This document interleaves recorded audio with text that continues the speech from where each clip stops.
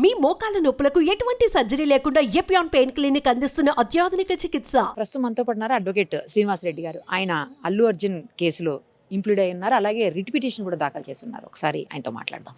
ఏ విషయంలో రిట్ వేశారండి, అలాగే ఎందుకు ఇంప్లూడ్ అయ్యారు ఇప్పుడు మీరు? మేము మొదట ఏదైతే తెలంగాణ గవర్నమెంట్ 29 నవంబర్ నాడు వీళ్ళకి అది బెనిఫిట్ షోస్ వేసుకోవచ్చు, మధ్యరాత్రి 1ంటికి 4ంటికి షోస్ వేసుకోవచ్చు, ప్లస్ అధిక ధరలు అంటే ఎక్కడ లేవు, ఏ సినిమాలకు లేచు పెంచుకోవచ్చు 800 రూపాయలని ఇలాంటి చూసి నేను ఫస్ట్ నా లెటర్ హెడ్ మీద డీజీపీ గారికి, తర్వాత రవి గుప్తా గారు ఏదైతే స్పెషల్ చీఫ్ సెక్రటరీ గారికి ఈ జీవోలో మీరు ఈ మెమోని రీకాల్ చేయండి, దీంతో ఇలాంటి ప్రాబ్లమ్స్ వస్తాయని ఫస్ట్ నేను రాశాను.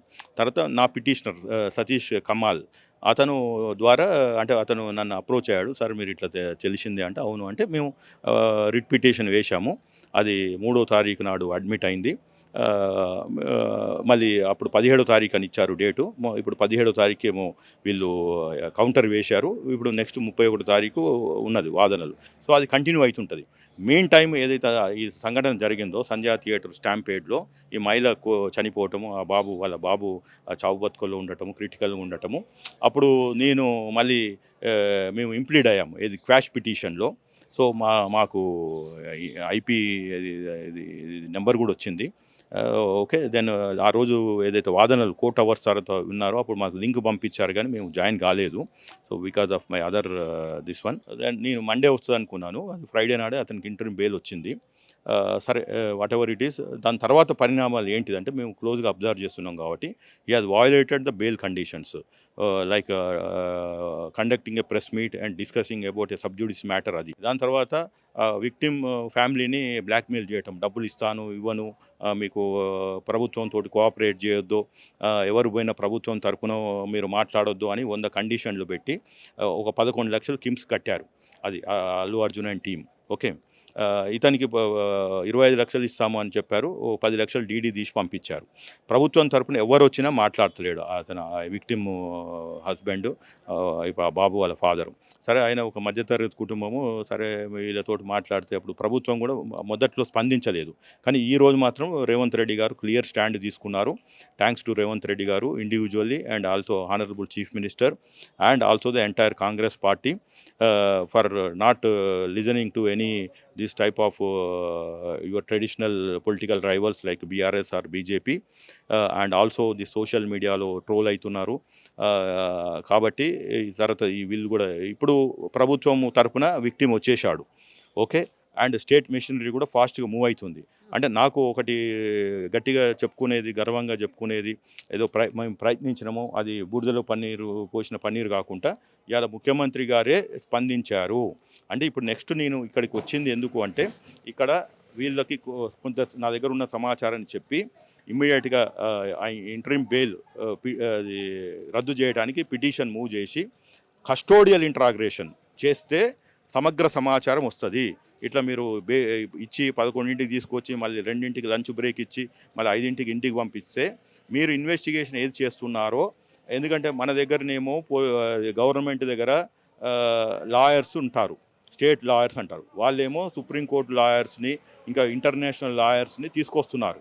కాబట్టి ఇతని మన లైన్ ఆఫ్ ఇంటరాగ్రేషన్ తెలుస్తుంది. అదే సమగ్ర విచారణ కస్టోడియల్గా చేస్తే మీకు 1 గోలో వెళ్ళిపోతుంది, 1 or 2 డేస్లో బ్యాక్ టు బ్యాక్ వెళ్ళిపోతుంది. ఇప్పుడు అరెస్ట్ చేసిన భయం కూడా లేదు కాబట్టి, ఆ ఫియర్ సైకోసిస్ కూడా లేదు కాబట్టి he will not just he will do a time pass this one. అందుకనే నేను వచ్చాను, వచ్చి అసలు ఏం జరుగుతుంది కనుక్కుందాము, ఒక బాధ్యత పౌరునిగా plus officer of the court అంటాము అడ్వకేట్ని, అట్లా ప్లస్ ఇంప్లీడ్ అయినాం కాబట్టి నా మీద కొద్దిగా బాధ్యత ఉన్నది అని చెప్పి వస్తే పోలీస్ ఆఫీసర్స్ ఏమో సరేనండి మేము వచ్చింది మీకు ఇన్వెస్టిగేటివ్ ఆఫీసర్ చెప్తాము, డీసీపీకి చెప్పి మీరు పర్మిషన్ తీసుకొని రండి అంటే ఆ ప్రయత్నంలో ఉంటే ఈ లోపల వీళ్ళు ఈ బౌన్సర్స్ వచ్చి మీరెవరు ఏంది అని మాట్లాడే లోపలనే నన్ను గుంజుకొని literally they have manhandled. So I'm going to file another case individually on Allu Arjun and team for that ruckus what they have created in the police station. అవునండి, బౌన్సర్స్ వాళ్ళంతా వాళ్ళు రాలేదు కదా. So the actions will be attributable to the master. చట్టము చాలా ఉన్నది కాబట్టి master is responsible for his this one. సో వీళ్ళకి ట్రైనింగ్ సరిగ్గా ఇవ్వలేదు కాబట్టి ఒక అడ్వకేట్ని అని చూడకుండా కూడా నేనేమి ఇక్కడ ప్రేక్షకునిగా రాలే, నాకేం అవసరం లేదు, వెరీ క్లియర్. నేను ఒక ఆఫీసర్ ఆఫ్ ద కోర్ట్, అంటే అడ్వకేట్ అంటారు, న్యాయవాదిని ఆఫీసర్ ఆఫ్ ద కోర్ట్ అంటారు. కాబట్టి అది ప్లస్ ఇంప్లీడ్ అయినాం కాబట్టి వచ్చాను. లేదు అంటే లేదని చెప్పి పోలీసు వాళ్ళు చెప్తారు. ఇది వాళ్ళ ఇల్లు కాదు. వాళ్ళు అర్థమైంది కదా. నేను అల్లు అర్జున్ ఇంటికి పోతే చేయొచ్చు, కానీ పోలీస్ స్టేషన్ ఇవాళ అంటే ఇక్కడ ఈ చుట్టుపక్కల ఏమైనా మర్డర్ జరుగుతుంది, రేప్ జరుగుతుంది, ఎవరింట్లో భార్యాభర్తలు కొట్టుకుంటారు, అన్నదమ్ములు కొట్టుకుంటారు అంటే పోలీస్ స్టేషన్ ఇవాళ అవుట్ ఆఫ్ ఇవాళ సెలవు ప్రకటించిండ్రా? అంటే అల్లు అర్జున్కి రాసి ఇచ్చారా? అత్తారింటికి దారి వెళ్ళి మాదిగా హాఫ్ అన్ అవర్ ఏమైనా పోలీస్ స్టేషన్కి రాసి ఇచ్చారా?